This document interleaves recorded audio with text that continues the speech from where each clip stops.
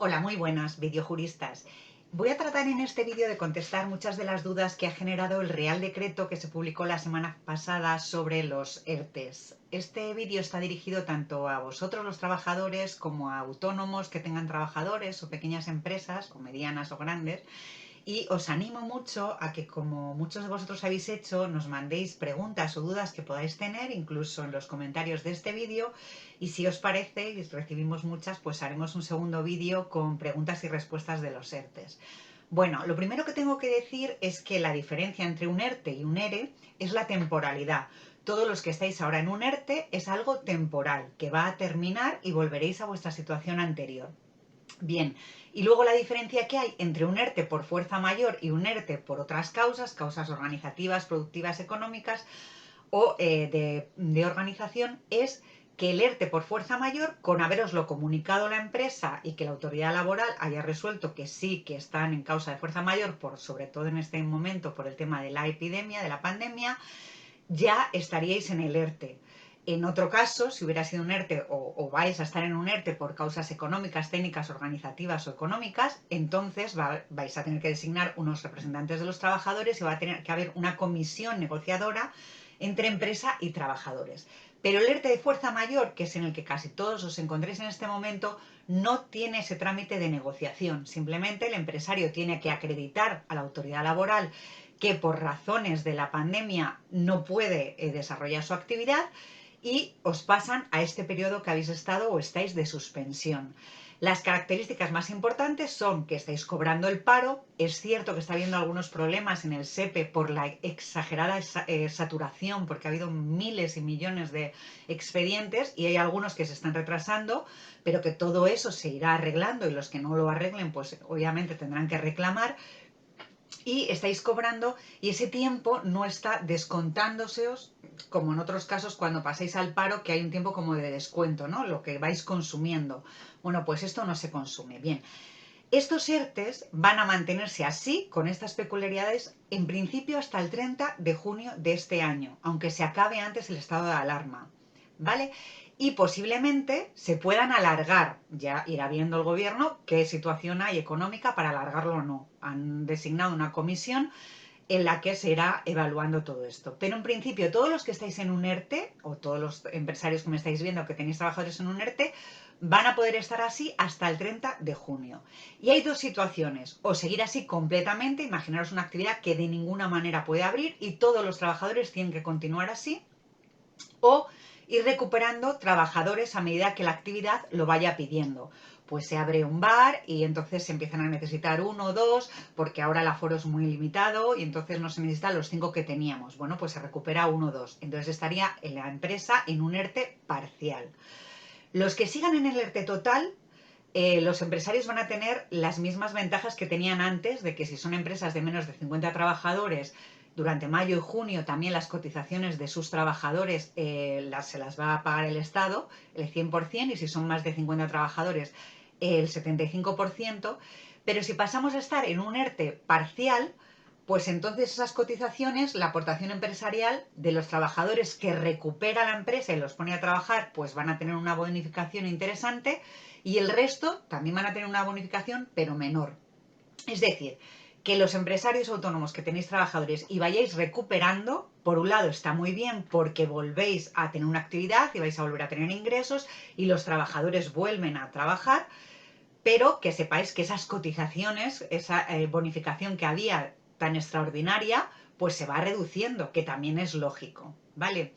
Muchas preguntas de los trabajadores es: si me llaman, ¿tengo que reincorporarme? Por supuesto, vuestro contrato está suspendido y si no vais, se os podría dar un despido disciplinario por no acudir al puesto de trabajo.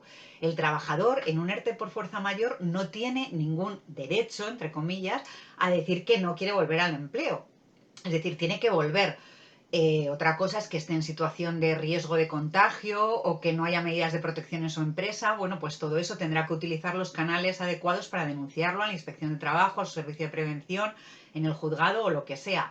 pero en principio tiene que volver al trabajo, no puede no volver, que hay algunos que nos están consultando, es que yo no quiero volver, prefiero volver en julio. Bueno, no se puede, porque está suspendido tu contrato.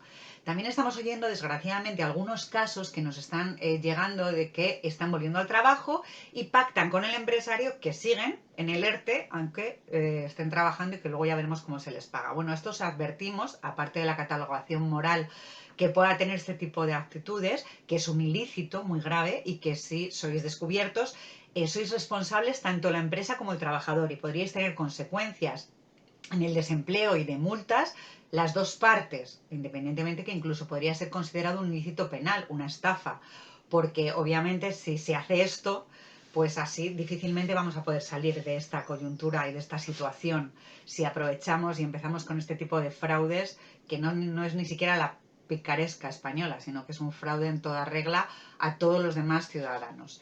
Bien, una vez dicho esto, porque ya os digo que hemos detectado algunos casos, también os diré que después las empresas que están domiciliadas en paraísos fiscales no se pueden beneficiar de nada de esto y las empresas de más de 50 trabajadores que se hayan acogido a este tipo de ERTES no podrán repartir dividendos en este periodo fiscal.